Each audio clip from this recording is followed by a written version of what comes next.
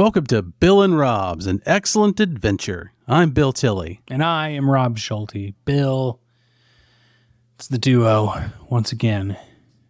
Graham is a phantom in the night. Graham's got that contract that Farrah Fawcett had after season 1 of Charlie's Angels, where he's only obligated to show his pretty face every so many episodes. Hey, we got him for China. We got him for China. That's true, and that was a lot of fun. We love you, Graham. You're welcome here anytime. But absolutely, he's kind of a freelancer, kind of like I'm trying to play that role on yours and his Pumpkin Spice podcast. Absolutely. And I think that what people probably don't know is like Graham hosts movie nights at a local theater in his town. So that's his get out of jail free card for any podcast. Absolutely. It's great. I teased him a little bit on the last one that he actually holds his microphone host style while the rest of us have these booms. He's born to it. You can tell just by looking at it. He is born to host. And he'll never tell you that he is, but he is. And that's probably the true sign of a good host. Exactly. That's the humbleness that will endear you to your fans. Well, Bill, I'm endeared to you. You're endeared to me. We're an endeared family. It's an endeared servitude that we have to this podcast. I do want the listeners to know some inside baseball going on. At the time of this recording, Rob Adler, our beloved podcast editor and teammate, who will be on a future episode of this podcast, maybe not next episode, maybe the episode afterwards, though, is on a long-needed vacay. He's kicking his feet up, and I will be editing this episode. So what you're hearing right now, dear listener, is from the hands of Rob Schulte, not Rob Adler. The boy who brought you the greatest discovery is here editing this episode. How exciting is that, Bill? This is amazing. This Rob Schulte has come down from the mountain to grace us once again with his skills that are beyond reproach, legendary. Oh, wow.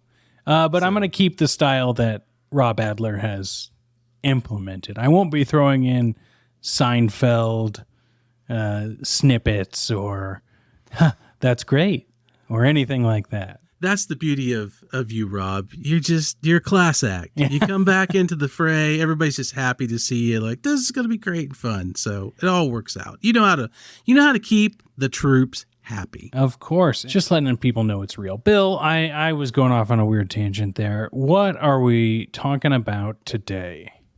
Well, we're into another episode of My Lady Killer series, and I picked a movie today that I had watched a long time ago. I might have watched it when it was new. It's probably close to when it came out.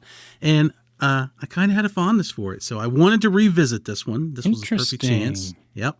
We are talking about 1991's V.I. Warshawski. Now, did you say that right? Did you say that right? Oh, I said it right. I said it right. Not everybody else says it right. It'll change depending on who says it. And I have a feeling that even, Sarah Paretsky probably says it differently every once in a while. Warshawski, as Newman would say. But this movie came out in 1991. This is the year I graduated high school. So I have what you would call at this point, I'm having more of an adult sensibility about watching my movies. And it stars the incredible Kathleen Turner, who needs no introduction to most people. She's been in some amazing movies over the years. And it's easy to say, oh, I like her, because I do. And this movie was an interesting choice, I think, for her, because it's a detective movie. Normally this is, your tough guy Jim Rockford type of thing, and they cast what I'm sure they would call a bombshell in the role. But sure, we are here to discuss what we thought of this particular movie. So I think, Rob, our friends probably need to know a little more about this movie. Do you happen to have anything that's perhaps cardboard and rectangular that would provide some sort of wording that would let everybody know what's going on with this movie? Surprisingly, this one is in the vault, but still wrapped in cellophane, because I wasn't sure if I needed to watch it. But I mean, the cellophane's cut from the bottom because I watched it for today's episode. So, okay. But would you like me to read the back of this cardboard box? Rob, I've been waiting a week Okay. to hear you do this. So Wow. I absolutely want to hear this. Okay. Kathleen Turner, The War of the Roses, Romancing the Stone, stars as V.I. Warshawski, a tough-talking, sexy Chicago private eye who knows how to use her two most lethal weapons, powerful charm and all the right moves. When she's hired by the 13-year-old daughter of a murdered ex-hockey star, that's right, I'll read that again just for people listening. When she's hired by the 13-year-old daughter of a murdered ex-hockey star, V.I. gets caught up in an action-packed thriller involving money, murder, and the Windy City's most notorious hoods. This time, it's going to take everything she's got to track down and outfox the key suspects. Earning high praise for her electrifying performance, Kathleen Turner is simply irresistible as the smart and sexy detective you'll find yourself cheering for. Man, they wanted to let us know she was sexy twice and that murder happens. Yeah, I had a feeling that you would catch on to that like I caught onto it. Like, you really doubled down. Is she tough talking and sexy? Is she tough talking and sexy and smart? Yeah. And I find that hilarious. Like, you need to be told, looking at a picture of Kathleen Turner, that she's saying things. But my question is, when they went for the double entendre of her two most lethal weapons, now, powerful charm, that is a singular thing, but then all the right moves. Now, isn't that plural?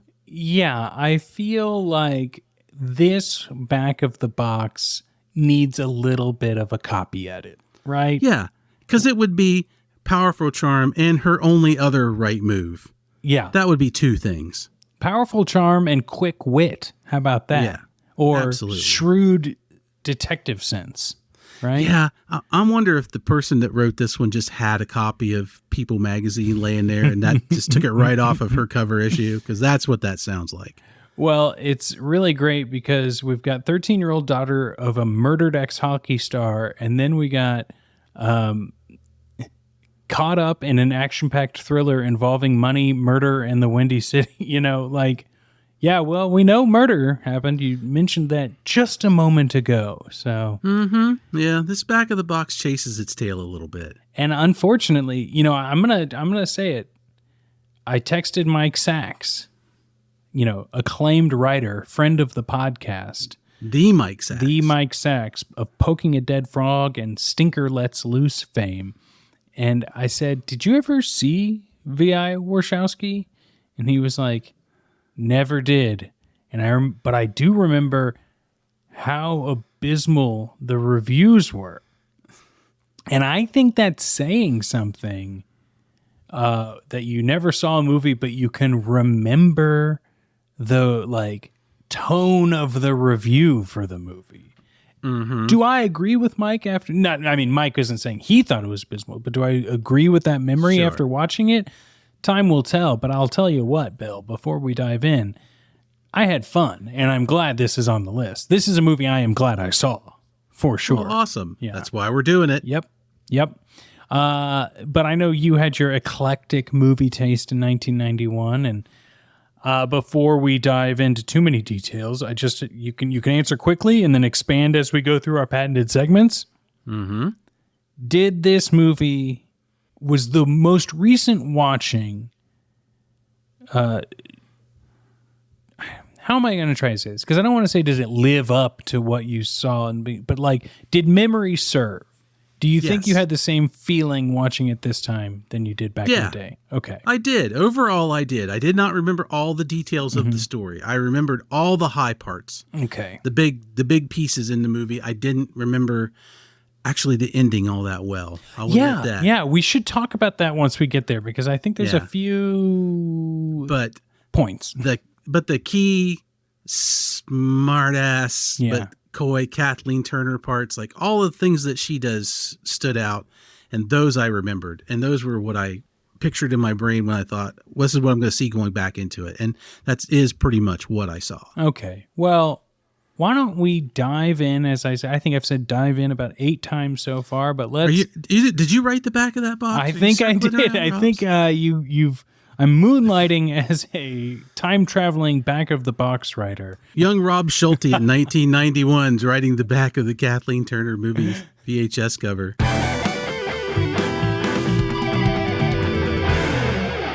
Our first segment is where we try to share some fun facts that we found out about this movie. And since it's a detective movie, we had to go digging up the dirt. When we do the show, we do really try hard to find some stuff that hopefully isn't out there, isn't easily accessible about these movies. We don't just watch them and do the IMDb page as written. But I got to tell you, some of the movies, especially these ones I've picked, are hard. Yes. There's not a lot of archived interviews or things like that. But, you know, we do what we can. And I'm always happy to find a little nugget that's just floating out there. And I found an interview with author Sarah Paretsky, who created V.I. Warshawski. This is a character adapted from a series of books, much like other great detectives of the time. And she was talking about how she came up with the character. And she said it took her 8 years with this idea in her head to find her voice for VI. And she had been working in an insurance company, I believe, and kind of a middle management sort of thing. And she's in one of her thousandth draining meeting with a boss who she described as basically not great. This dude's being a real pain and not a good guy. And she said in that meeting, it came to her finally what VI's voice would be, that she is someone who said what she wanted to say, and she didn't care what anyone thought, and that her voice would be the things that Sarah, the author, was too nice to say.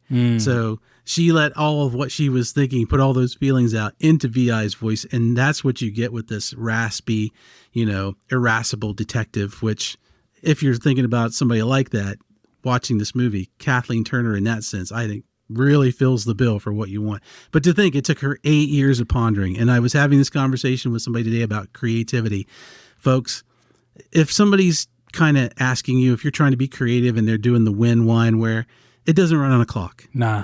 It just doesn't. So I applaud everybody who still does anything creative out there, because you're not on a timeline, and sometimes your job when you're doing it is a lot of just sitting at the screen going, what do I do? Yep. And that is work. Yep. And don't let anybody tell you that it's not. So good on you. And if it's good enough for authors and people who make movies and do all the brain thinking that goes into these things, it's totally something that's absolutely viable and something that should be respected.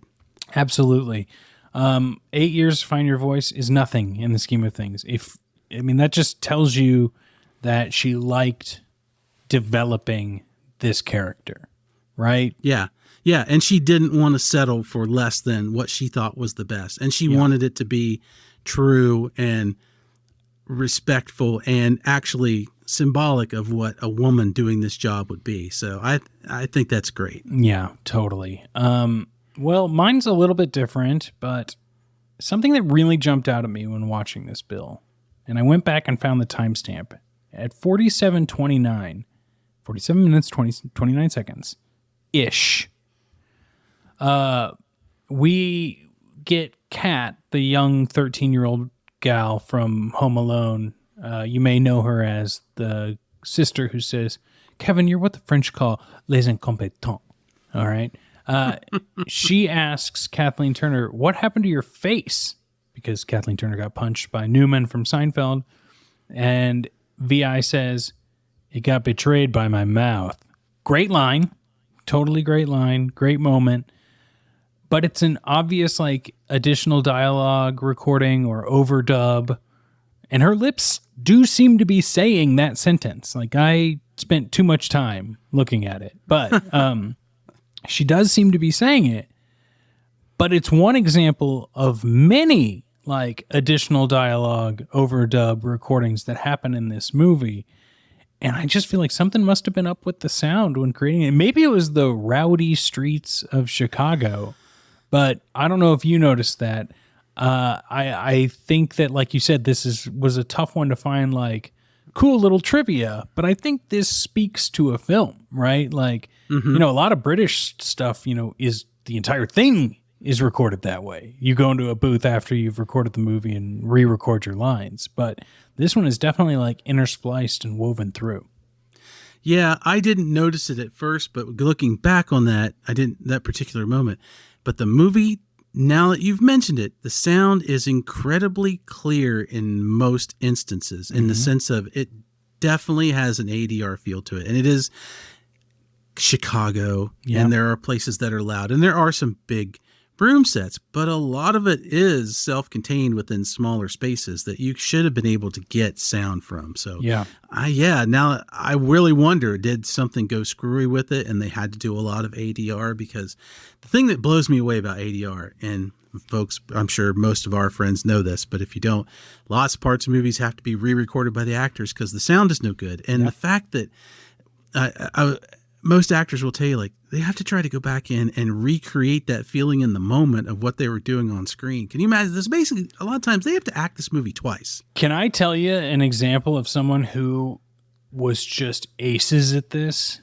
Yeah. I don't know if you've ever, a lot of people know I used to produce Rob Lowe's podcast, but at one point we were recording in person in his hotel room while he was filming something in the area, right? And so he usually, like, he lives out in Santa Barbara, but he was in LA, I was in LA. Let's just get together and do the recording from the hotel. And that same day, his team at Netflix asked if I could have him record 3 lines of ADR for Unstable, that show he does with his son on Netflix, which is legitimately very funny, and I think people should watch it. It's one of those few Netflix shows that got renewed for a second season. But there's a scene where there's like an invisibility cloak, and he was like, if only I would have put the invisibility cloak on faster or something like this, right? It's some little line where he gets caught with like something on his head, but he's obviously wearing an invisibility cloak because why would it be there, right? Mm-hmm. And I told him, I was like, they wanted you to do this scene. The line is this. He's like, I got it. He's like, I know exactly what you're talking about. And we played the scene, and he goes, okay, I only need to see it once.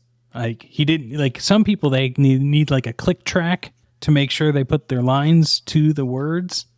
But luckily, this was like a split scene. So like part of it is him talking and part of it is the thing they're showing. He did 3 takes, and each one was right on the money. And a different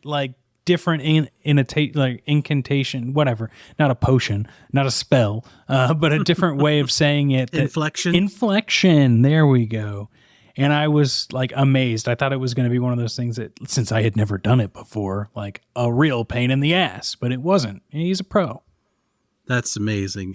Imagine actors with a sense of what it takes to be good at the job and get it done. This is probably something that they learn to get good at. Yeah, especially, 40 years in the field, right? Right. Yeah. And you're going to be asked to do it. You're going to be asked to do it. So, but that is awesome. That is amazing. So once again, good on you, Rob Lowe. Yeah. Come on our show anytime. Yeah. And tell us more stories like this. Yeah. Well, Bill, what's your other fun fact? Sorry, digging up the dirt. What's your dirt? So I dug up some dirt, and this movie was supposed to be a franchise for Kathleen Turner. This was supposed to be a bunch of V.I. Warshawski books turned into movies, like they've done with a lot of detectives work over the years. Nothing new there. But the box office, alas, did not return the moolah the way the studio hoped. So they put the kibosh on the sequels. And usually that's the end of the story, You don't ever see anybody get to go back and do anything more. But the BBC came in that 1 year after the movie, I think it was the same year the movie came out, and they hired Kathleen Turner to come over and record audio dramas of these books. Nice. For them, and they put them out. So she actually did get to return to the character in audio form, and I think that's really cool. That's I like those things. It's something you see today now that a lot of people get to do. Like maybe they're too old to reprise the character as is if they're trying to do something set in the time or whatever, but they get to pick it up one way or the other and get to play in that sandbox a little more. And it really goes to show you the power of a good voice for a character, because you can listen to these and you play the movie in your head because you know her and it rolls right along. So I thought that was really great. And then side note, they had one more where she couldn't do it, and they hired Sharon Gless to replace her of Cagney and Lacey. So this thing is rife with just detective ladies just all the way down. So that was pretty neat thing. And I'm at some point going to the Internet Archive and listening to these for sure. Absolutely. There's a lot on there, and I even tuned into a few of them myself before this recording. Bill, that's amazing. My last little fun fact, piece of dirt I dug up on this, probably has to do with the, quote, abysmal reviews, but this movie had 3 writers. Yeah. It had 3 writers, and it's not like story by, characters created by, and then the script writer. It was like 3 people putting, like, and Sarah, right? So, like, maybe she's not, I don't know. I didn't research this far, but, like, I don't think she's done a lot of film, right? So Probably not. I can't imagine. Yeah, I'm looking at the IMDb page now. No.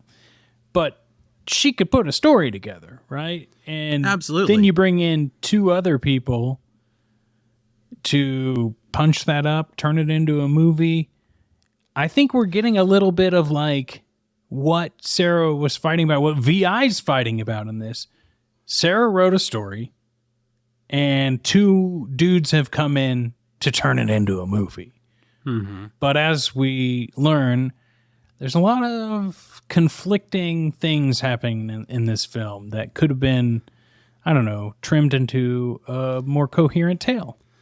Definitely. And I did see a little bit on that point, and I know that Sarah was upset because at some point they had written the movie to basically have VI be subservient. Yeah, like another detective that she works under. Yeah, and that's just crazy. Yeah. I mean, you know what you're coming into, so I think this is probably a prime example. Was this my guess? I can't swear to it like you. I don't have the data to back it up, but the author knows the voice of their character. Yeah. In all things, you should listen to the author for the voice of the character. Granted, authors don't necessarily make good movie writers. Sure. Their skills are similar, but they don't have to be translatable 100%. So you got to take a lot out of a book to make it into an hour and 45-minute movie. But if the writer comes in and goes, that's insane, she would never say that. He would never say that. This is totally against it. You got to listen. Yeah.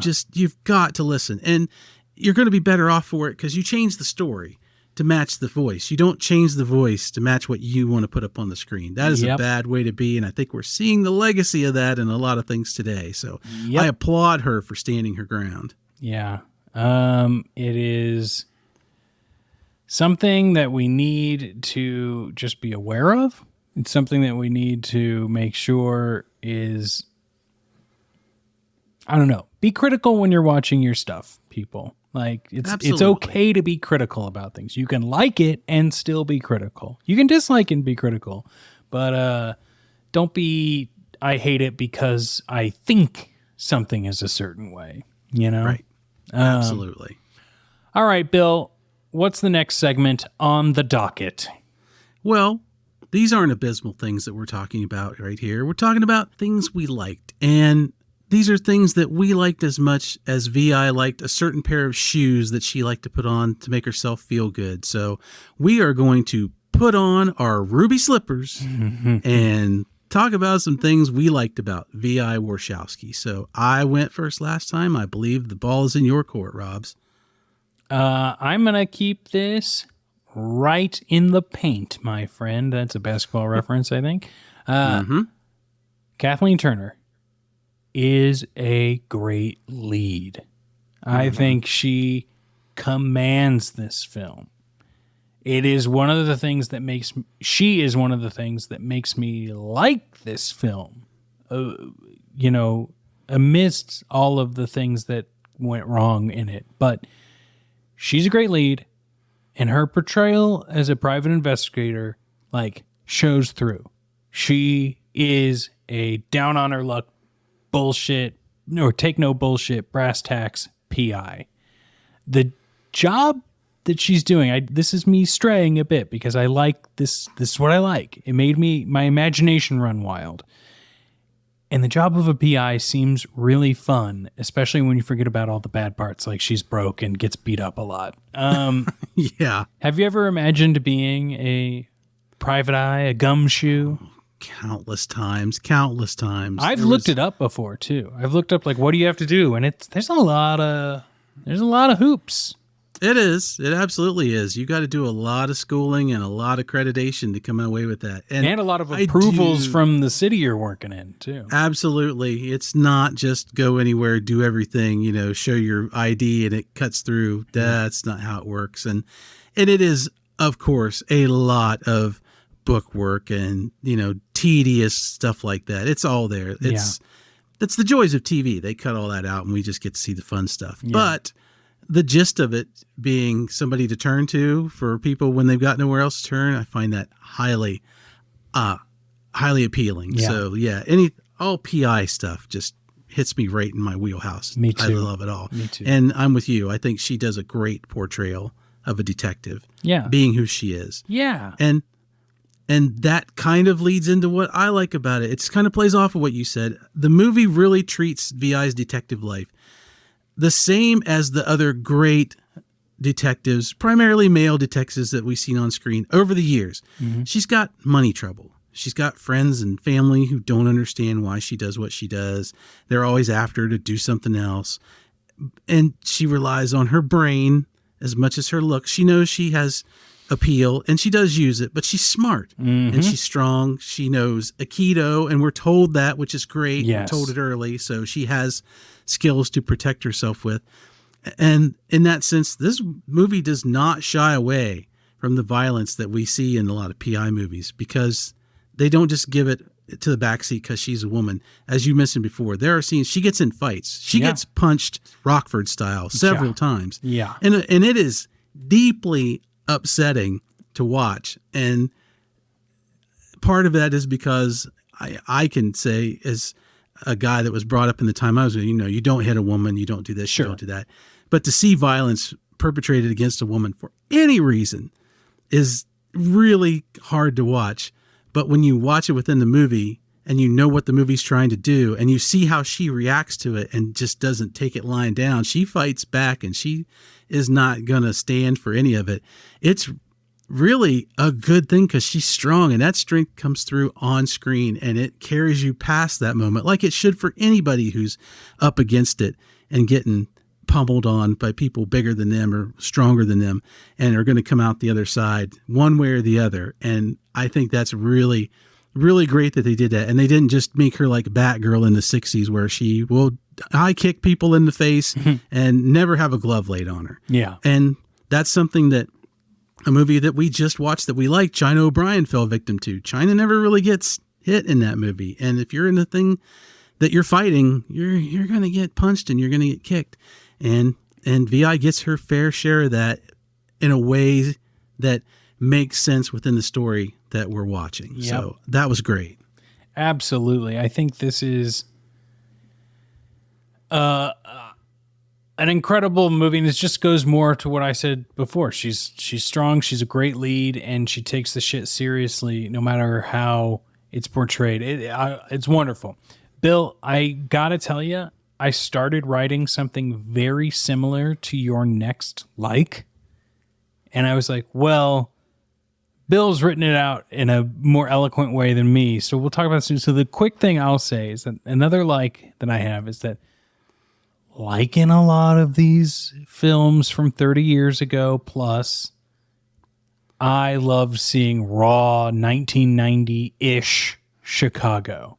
Uh-huh. I mean, I have to go to Chicago once a year for a work convention. I went last year, and, it just didn't feel the same sitting at a pop-up Jenny's ice cream spot next to a hotel than this area that VI lives in, which I'm sure still those areas exist, don't get me wrong, but like my experience of Chicago is not VI Warshawski's experience of Chicago.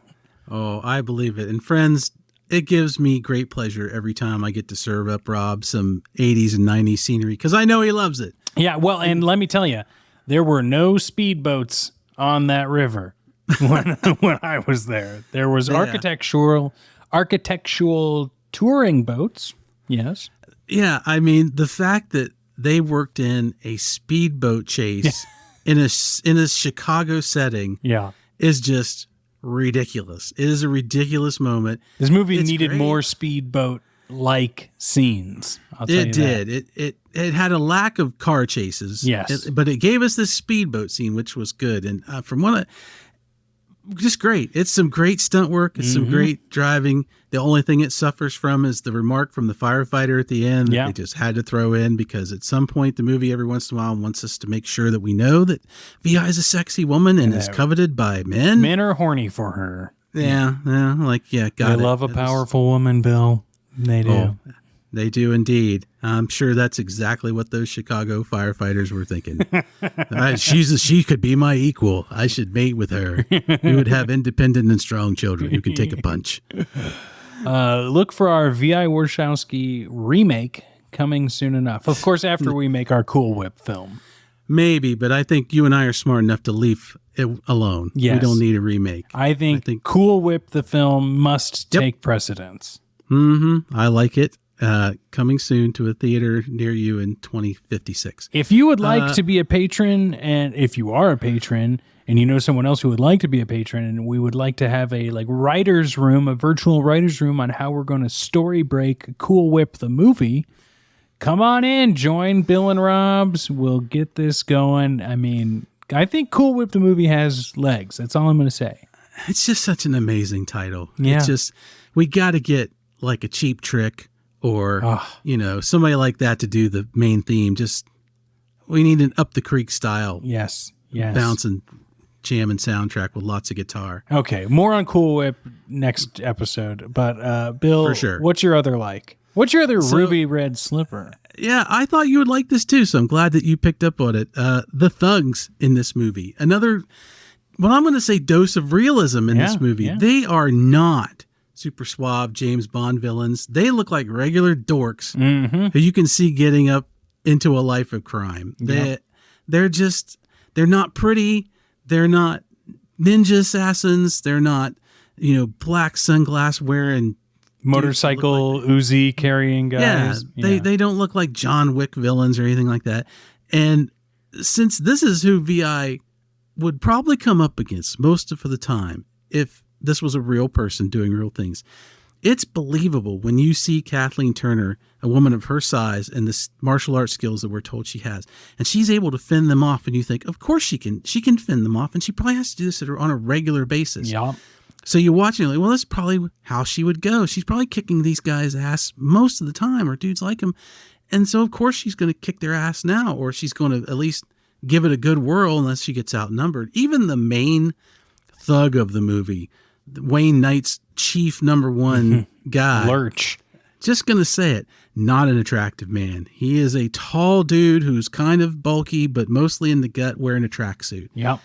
And he is not pretty, but he looks like a thug. And you get it. You're like, okay, this is the level we're working with. And that leads so much to the believability that she's able to function in this world and just roll right over these guys whenever she does get a chance. And she gets her chance, and it's awesome. Yeah. And it is like, you could see another world where the hoods in this movie, the bad guys, the mustachioed sausage gentlemen, their other job, it would have been like slinging peanuts at the Cubs game, right? Like you could see that guy serving you a beer there, right? Yeah, they are absolutely. Chicago dudes. Yeah, they're running numbers games in the alley, or they're just, they're knocking over convenience stores once in a while. They're just jerks. Yeah. Well, we're going to be jerks for a moment, Bill, because we have to discuss the things we disliked about this film. That's true. This is a moment I did not look forward to, but it's there. So it's time for us to tell this movie to get a clue. We don't like these things, and you shouldn't have done it. No, we'd appreciate it if you wouldn't do it again in the remake that unfortunately we will probably see. Yes. And they will not hire us to write. No, but they could and make millions. Bill, who should go first? Well, I think I'm going to go first on this one. Okay. Because you'd mentioned her earlier. There is the 13-year-old daughter of the hockey player who is murdered. Her name is Kat. Yeah, Boom Boom. Well, I'm going to touch on that a little bit later. But yeah. So Boom Boom's killed, and his daughter becomes into the story. And I don't like that the character of Kat is such a big part of this movie so quick. I like her, Her banter with VI and how she is smart, and she's kind of like a miniature version of VI. Yes. So you see the appeal. It works for the most part. It's really good, but she gets into this so fast and so quickly. It's almost like VI takes a back seat for a few minutes in her own movie. Yeah. And Kat starts to do things that VI can't. She's a little kid, so she's running the con after VI fails in the bank. She picks up and plays a different version of it, and that works. And you're going, well, that she wouldn't have got her information if Kat hadn't been there. So that's kind of a bit of a weird feeling, and it just makes me feel the script in those moments. Like you suddenly can tell in some kind of ethereal way that this is movie dialogue that's going back and forth so fast because it's so polished. Yeah. And it just takes away from the character of VI and the building of her world that we're doing in this first movie. We've just met her. We're only 20 minutes in, so we should really just be immersed in her world and learning her friends and what's going on and how everything works. And to make it just this kind of almost buddy, not buddy cop, but buddy story, when you're going to build your franchise off your origin movie, it just kind of makes it lackluster. And I think that's where I know I feel probably the most unsatisfied. That's it. By what the movie does here. I would like to have seen her play this role much smaller and a good bit further into the movie. Towards the end, I think would have, if she'd been a character that VI had to find for some reason, not so much as tag along and outperform her in some ways. Yeah. That would be better. Yeah. I'm totally with you there. One of my things, you know what, I'll go with this one because I think it's in line with what you're saying. Because actually, both of my dislikes involve Kat, but not because of Kat. Okay. And the big one is kind of what we talked about before with the three writers. The script is a hack job. Not like it's a hacky script per se, but the tone in this movie swings wildly. It doesn't know what it wants to be, right? Is it a brass tacks detective film who takes no BS? Is it a buddy film? Is it a film about VI learning to balance her life between work and play and family and friends and all that?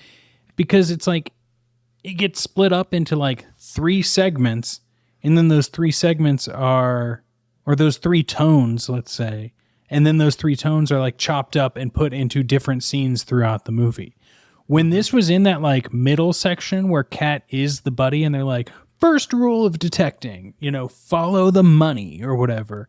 That was a cool sequence when we start seeing them working together. She's training her protege, right? But then that's quickly, well, first of all, that's not anything the whole first 30 minutes of the movie. And then once Kat goes off on her own or then gets kidnapped, and then it's really grittier. And then even when there is scenes with Kat and it's a buddy film, VI still does stuff on her own. And so it just really doesn't know what it wants to be. And you can see the things that speak louder, I think, to audiences, right? This movie would have been great. And it could have been all three of those. Do I want this to be more of a mystery comedy, that's kind of rated R? Yeah, that would work. Do I want us to see more of a PG-13 buddy movie about, still the stuff that takes place, but with this young gal and this hardened PI? Yeah, that sounds good. But it's none of those 100%. So that's a failure. There's a scene not too long after they first meet up where VI is basically talking to Murray, the reporter / sometime boyfriend, all-time ass. Yeah. Is what I'm going to call him. Where she asks the question when they're talking about Kat, and she goes, "Do you think I would make a good mother?" And it's kind of the pondering the life choices moment. And I'm thinking to myself, why is this moment here? Yeah. We don't need this, and we don't know why we have to try and go down this path right now. Why can't she just be this kid that she sees some of herself in and she just likes, and she just doesn't want to see her get screwed over because she doesn't want to see anybody get screwed over. Also, doctors were different in 1990. I'll tell you that. Well, yeah, they sure were. That's making a house call and just plugging you with something that makes you loopy as hell. Okay. Yeah, from your pediatrician, who apparently VI's never changed her doctor over the years. Hey, she just goes to the like pediatrician. Stick with it, I guess. And I'm sure she didn't get charged for any of those drugs. Or the babysitting duty.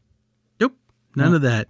Nope, she just has them over there, and then the doctor has, at one point, has the kids in her office learning to play hockey on the floor, which I'm thinking, that's probably not great you're having them swing sticks back and forth. But if they get hurt, I guess this is the place to do it. That was the time. Questionable. I'm going to call this Questionable Choices Clinic. That's what she runs. All right, Bill, what's your other get a clue? Well, kind of mentioned him just a few seconds ago. Yeah. It's Murray. Yeah. Murray. Unlike, he's the Newman, even though we have Newman. Mm-hmm. It's Murray. He is just unlikable. He just kind of sucks. He is a reporter that VI knows. They're kind of apparently have dated, but he's kind of a lech and just not great. And she knows this, but for some reason puts up with it. And it's weird because he comes off as so unlikable so quickly. He's not a rogue reporter with a heart of gold. He's not redeemable in so many ways. And I don't know if J.O. Saunders, who played this part, was going for that kind of feeling, like maybe the Han Solo of reporters, but it misses the mark. And it may just be that the movie didn't give him anything to work with, and you're trying to polish this up because his dialogue is not that great. And it's so hard to see why VI would have any kind of relationship outside of possibly this is some reporter dude that I can string along to get information. I would have understood that. But why she would even entertain having this person in her life who is just so reprehensible to the point where he's making jokes after Kat's dad dies. He makes jokes on the dock about it. And I'm like, dude, no, that's not cool at all. That's nothing that can be redeemed at this point. No. You just suck. Yeah. And every time he comes on screen, I kind of hate him. I kind of hate him a lot. He's not helpful in the least, right? Like, no, I guess he's not. You could say a little bit at the end, but that could have been anybody. Yeah, I mean, they write him with this way that he apparently cares for VI. He'll still say the worst things. He does give her information that he gets as a reporter, but that's only because he thinks he's going to get something back. So it's not altruistic. Yeah. And at the bit at the end with the big shootout finishing scene, he's just terrible. Yeah, he's the first one down. Yeah, he's back up, and he does the thing where he stands there. He's got the drop on the villain and just lets the villain turn around and shoot him multiple times in weird ways. He's not good, and he's a drain on the movie. And I think he's probably one of the big reasons why this movie isn't liked amongst a lot of people, because he's a main character who's supposed to be kind of a protagonist, and he just kind of winds up being an antagonist. Yeah, he is anti everything we need from this movie, for sure. Yeah. Yeah, and he's a dog. Oh, he's yeah. such a dog. Well, and like the thing is that like if we got this is a script problem. If we got any glimpse of why they even were together, that would be something, but we only get that he cheated on her and then one line of him saying like, "You're the one who said we needed to step away." And it's like, yeah, well, I can see why, like exactly. It's not like rocket science here. You're on a break and you're going to stay on it. Well, I will say this is a minor thing, kind of like my ADR situation, but did you watch this? And then when they're like, they've got Kat, and then it cuts to a scene on the dock where you just see Kat in the fish house and a hand puts a chloroform rag on her face and she goes, "No." And then it just cuts back to them, like, not needed. Like, I think we could have been able to put together the clues that Kat is being taken hostage. And when we see her, 2 minutes later, knocked out in the boat, like, I think we would have been able to, with a line of dialogue, or like, we're not going to think she's dead sitting there in the boat, right? Right. Like, it was just a very interesting, like, shit, we need to cut this scene because that scene was probably longer, and we'll cut it to exactly what it is. Kat getting kidnapped and knocked out. Yeah, and I agree with you because I think it undercuts the movie at that point. I think it would have been a lot better if they hadn't shown any of that, and it's just suddenly it's implied and all the signs point to, oh, she's been kidnapped, and we don't see her because we'd be in VI's shoes. We don't see her. Yes. We don't know where she's at. We're trying all these things, and we're going all these places, and we've got to figure it out before it's too late. And that would have brought the tension up a lot more instead of just, oh, she's kidnapped, and we've seen it, and we know that she's in a place, and now we know where that place is. So we're just waiting for the movie to catch up with what we already know, and I never am a big fan of that. Absolutely. Well, you know what I am a big fan of, Bill? Amusing moments. But aren't they great? What are we calling that segment this time around? It's a real hoot done it. There's this weird moment where VI feels like she needs to rely on a gun, right? And it's one of the only moments where Murray, the reprehensible ex-boyfriend, actually makes a point. Like, you know, this stuff happens and then you feel like you need to pull a gun out. I don't like where this is going, you know? Like, that makes sense for everything we've seen in this character. But she pulls this gun out of a shoebox in the closet. She says that it was her father's gun and he never fired the gun. So this gun has been in existence for many, many years, collecting dust, sitting in a closet. If she goes to fire that gun, I do not think it's going to work the way she thinks it's going to work. No, that would be bad. I don't know if they mentioned this, but there's a picture of a man in what looks like a police uniform. Her father was a cop? Yes, her father was a cop. They do mention it briefly. It's why she has like the relationship with the dude from Dark Knight of the Scarecrow. Charles Durning. Yeah. Yes. Charles Lieutenant Malley, who I will say, as an actor delivering dialogue, is a gem. As the character in this movie, not a gem. Not a gem at all. Kind of an irascible jerk. Yeah. But, you know, that's kind of par for the course. But that was my thing. I was like, if this was his gun, whether it was his service revolver or not, it's been fired. You have to. Yeah. It's not possible to be a cop and have a gun and not shoot it. And does VI end up actually shooting that gun at all? I'm trying to think of it when the standoff happens towards the end. I don't know if she gets a shot. No, she doesn't get a shot off with it because she has to throw it away. Yes. Put your gun down. She can't reach it, and then she gets run away from it. So it never fires a shot. Yeah, and then the cat's mom, does she fire that gun? Yes. Okay. Yeah, she's got her gun. She's got her husband's gun. Kat's mom should have fired the gun and it should have blown up in her hand, and that's the end of it. You know, that would have been amazing. Yeah. Just a little bit of finger parfait all over the place, and cut to credits. But this gun, as far as I know, continues its history of never being fired. Well, that was my first amusing moment. What about you, Bill? So, the father. Kat's father, his name is Boom Boom. Boom Boom meets his demise down on the dock. He owns a shipping company with his two brothers, Gray Folk Shipping, and he's lured down to the docks. And there's Chekhov's tugboat in the background because there's trouble on the docks. There's a union strike. There's all this stuff, and he's standing there, and the tugboat explodes. Now the tugboat is positioned as we're looking at the TV. Boom Boom is in front of us, facing to the left. Tugboat is behind. Yes. In the water. Boat explodes.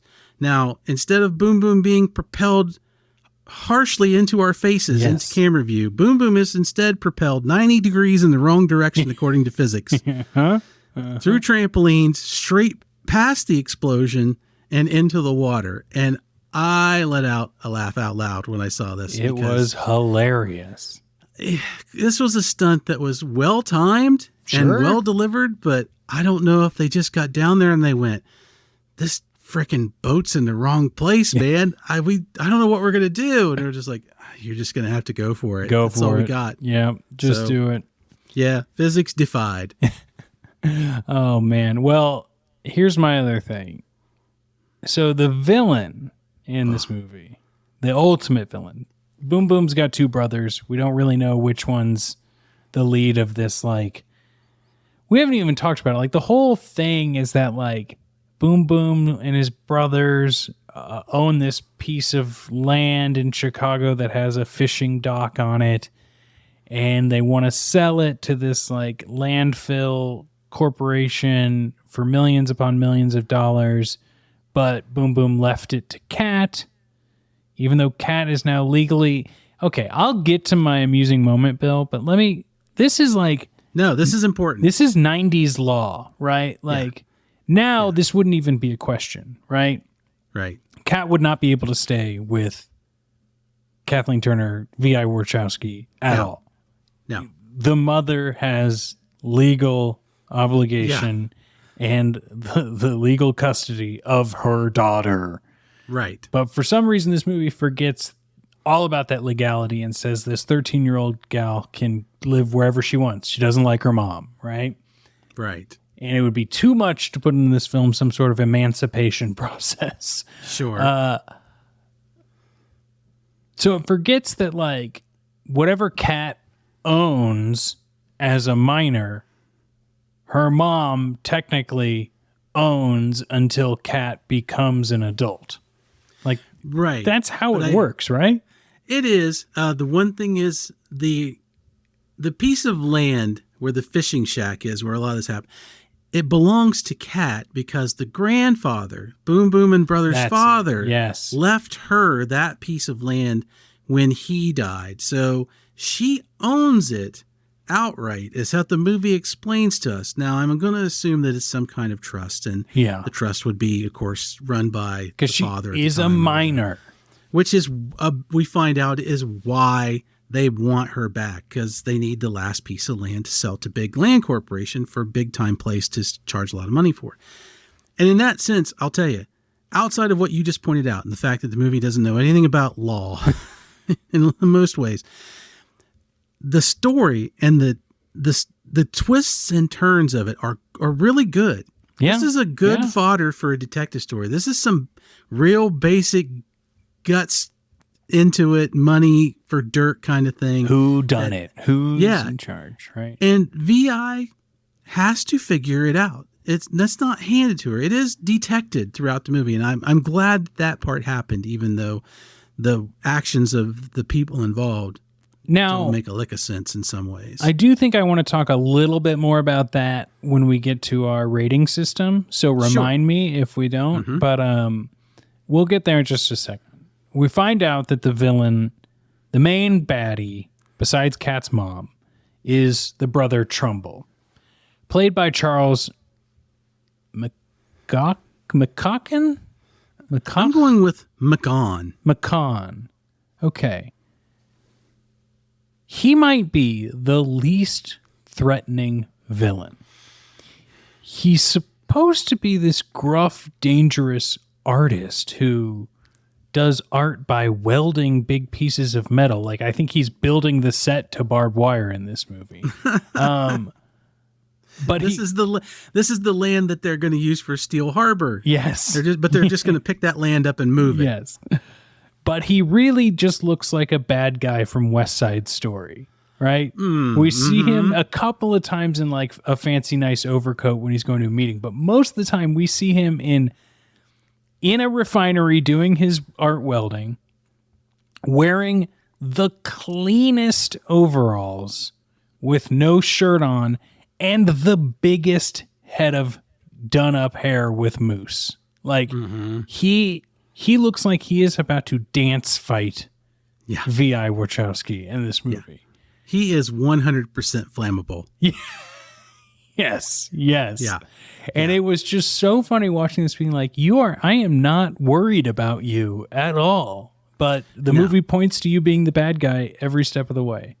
Yeah. We are going to play in the same bailiwick for the point, because it's the same thing. This guy, his work area is apparently the pits of hell. Like, and I love a refinery in a movie. Don't get me wrong. Why is it here? Like, there's just these buckets sitting around that are just free burning flame. There's nothing in them at all. Yeah. There is one guy in the background that looks like he's running a river of molten steel down a pipe that goes nowhere. And there's just sparks, but nobody's there to make the sparks. It's insane. And he's not even at this point, he's not welding his art. He's blowtorching it. Yeah. He's just cutting pieces off of things that he's already built. True. It's kind of madness. And yeah, I got news for you folks. You want to wear something under the bibs, unless you just like scars on your face. He's not even wearing a mask, but I will tell you, his massive hair, when he came on screen, I was convinced this was Michael Desbars. I was convinced of it. I'm like, oh my God, they got him for this role. This is amazing. He looks so much like him. And I think the movie might have recognized that. I want to believe subtly, because when the back of the box talks about how Kathleen Turner is simply irresistible and how Michael Desbars took over for Robert Palmer from the Power Station after he quit, I'm like, are you screwing with me, movie? Are you making a celestial Robert Palmer Power Station joke out of this whole thing? I don't think they were, but I choose to believe they were. It was Michael Desbars in spirit. Yeah. So yeah, Trumbull is insane. He's insane looking. His everything about him is just, he's evil. Sure. You want to believe he's evil. And sure. He's creepy, but he's weird. It's a weird setup. Very interesting choices. But Bill, we've a choice to make, and that is how many nights we're keeping this movie for $1. But would you like to explain how this works for any new listeners? Absolutely. This is our patented rating system. If you'd gone back into a video store back in the day, there might have been a rack somewhere around the store, would have had a bunch of movies on it, and might have said something like 5 nights for $1. You go, you pick your movie, and you throw down $1. You can keep it for 1 night. You can keep it for 5 nights. Totally up to you. That was the joy of this deal. And that's how we rate our movies. We don't compare them to anything that's come before or after. No sequels, no reboots, nothing else. Not even the movies within this own series. This is simply rating it on its own merits. So Rob and I have walked into our local video stores, picked up our copies, put down our dollars. Now we have to ask ourselves, how many of those 5 nights are we going to keep V.I. Warshawski? So would you like to go first, Rob? Yeah, just so I don't forget what I was talking about earlier. Yes, your point. Okay. Bill, I had a blast watching this movie.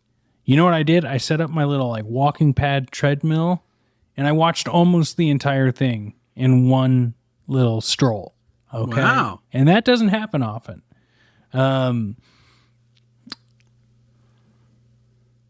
I was along for the ride. There was very little pacing problems with this film. The biggest thing were the weird script choices that we talked about, which if a movie's still made mechanically well, script problems can just be a thing you kind of joke about with your buddy Bill afterwards, right? Right. You're still not slogging through the movie if it's mechanically done well. And we talked about a lot of the script things that were a problem. But one thing seems to be that we're of mixed minds on. I think you and I are both dipping our spoons into this a little bit. I'm not sure what flavor is going to come out of this soup. But yes, VI has to do some investigating to figure out this scheme. But we're never really given much of the other brother, the third brother. We get an argument at the beginning at the bar. We don't know who he is at that point in time. We are given him being check the fishing thing. That's where she goes after Boom Boom dies. But we know that he's rude. But everything else is just kind of well, this brother wants this and this brother wants that. But we're only really given Trumbull as any true talking points besides one scene where VI goes to talk to, Trenchcoat brother. And I feel there's never a mystery in this film. It's just kind of like a process. Like, yeah, we're told we don't know who's behind it all, but that's never really like a concern when I was watching the film. And I feel like I want to be in the shoes going like, I got to figure out who's done. Like, I want to be VI, right? Mm-hmm. And I'm not given the opportunity to, because not enough facts are placed in front of me that help me connect the dots. It's just like plot pieces, which, 3 writers, that sort of thing. We get it. But all that being said, I think the well-crafted mechanical pacing of the movie, the 3 people from Seinfeld that are in it, Kathleen Turner being incredible, Angela, what's her name, Gethels, something like that, yeah, is a great sidekick to Kathleen Turner. I think I'm keeping this for 3 nights, Bill. I think I'm watching it once, and then I'm watching it a second time for the laughs. For the okay, this movie failed in a lot of places. Let's do that. And then I'm returning it, but I'm gonna say, what other movies has Kathleen Turner been in? I'm watching Serial Mom next. So that's what I'm going at. 3 nights. How about you? Well, Rob, we are in sync because that's the same number I came up with. Oh. I think this is a 3-night movie. I agree with you in all ways. I like the movie, but it is largely let down in its script treatment. Mm-hmm. The mystery's there, but we're not given enough of it to know what it is until the very end. This is why I have a problem with so much Kat in this movie. It takes away from the mystery story. And if she had been less of a focus in just having so much exchange with VI, kind of luxuriating in the repartee of the moments and running the cons and running more than one con and the thing with the doctor and all this other stuff. Not that those moments are bad, but I feel like in a lot of great detective books that I've read, and one of them I know personally, the Spencer series that I like to read, there's a character that reminds me of Kat, but he is introduced over time and down the road, and he does become an integral part. Like if this had been the second movie and this was the story and we knew a little bit about Kat and now we see what's going on, or we'd been with VI for one turn around the sun on this, it would have worked better and it would have needed to be something different. But the movie just kind of slogs along in, like you said, talking to people and not really doing anything, saying things, but then saying the same things and just kind of walking away and talking to somebody else and doing the same thing. So that part of it, not tight at all. There's the bones of a great story here. And the mystery part of it with the land deal, I mean, that's stuff we've seen before, but we always see stuff we see before. That's fine if you tell it in a new and interesting way. And having Kathleen Turner as a hard-boiled female detective with guts and brains and looks, that's a great way to tell it because you're enamored with how this person's going to do it. But they don't really let her be her for enough of this movie. So I like watching it. I enjoyed it. I enjoyed watching it again. I'm sad that she didn't do more and didn't get a chance to take another book and take a run at it, because a lot of these series work well that way when you see them. They're not always great right out of the gate. Sometimes you need to let the character breathe and become that thing. You gotta breathe. But this one didn't do it. This movie did give us Wayne Knight punching Kathleen Turner in the face, which is insane. And I'm not saying that the act itself is a good thing. Within this movie, it's just an insane thing to watch. And she does get her revenge, folks, and it is glorious. But yeah, I'm gonna watch this movie probably 2 times over 3 nights because I really do enjoy her being her. I enjoy Kathleen running with this character and doing some great stuff with some great scenery. And what's there is good. I just wish there was more of the good than there is this kind of plodding, slogging thing. But I will say, the movie is not abysmal. I've seen Battlefield Earth, folks. That's abysmal. This movie is not abysmal. It's not great, and it's not a true masterpiece of filmmaking, but it's a fun movie that if you watch it, I think you'll have a fun time with it. So 3 stars. 3 nights. 3 nights. Yeah. 3 nights. 3 nights of stars. Yes. Seinfeld stars. The stars are out, and we're watching this for 3 nights. So yes. Bill, that's about it for this episode. I'd like to, even though I, of course, am caressing the edit of this episode, still got to thank Rob Adler because, patrons, that what you give to us goes to him first. And it's very important for us to get all of that done. We're dotting the lowercase j's and crossing the t's to make sure those who handle our silky sweet voices get the Patreon dollars first. But, I'm just going to put it out there. We've hit a little bit of a plateau, Bill. And if our listeners have made it this far, I implore them. Other places do drives once a year. We're not at the place to do a drive. And I'm sure Bill would only like to do one drive a year. But what we can do is implore that you find one friend that you think would like this and say, send them $5.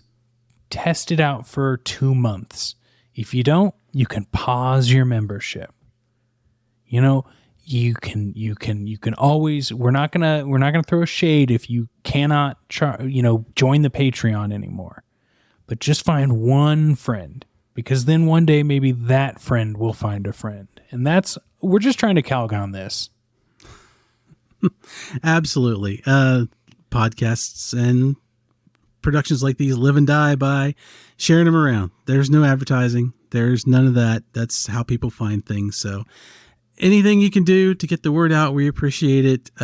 We definitely enjoy doing this. We're going to keep doing it for as long as we want, but it would definitely go a long way towards helping us feel good about the time we spend on it. And, I'm going to go out on a limb I have enough ego about our show. I see other things out there that have bigger followings than us. I think what we're doing is on par or better than some of those things. So I would love to see Bill and Rob's get some more time in the spotlight, if nothing else than to get more people to play in the sandbox, because absolutely we love doing it, and we would love to get more friends out there enjoying the show and feedbacking and talking to us and joining the Patreon or just coming in and reading the newsletters and helping out to just have more fun with this show. It's great fun, and we just want to keep doing it, and we'd appreciate any help that you can give us on that. Couldn't have said it better myself, mainly because I agree with you on everything. Now, Bill... It helps, doesn't it? It helps that we agree so much. It really does. It really does.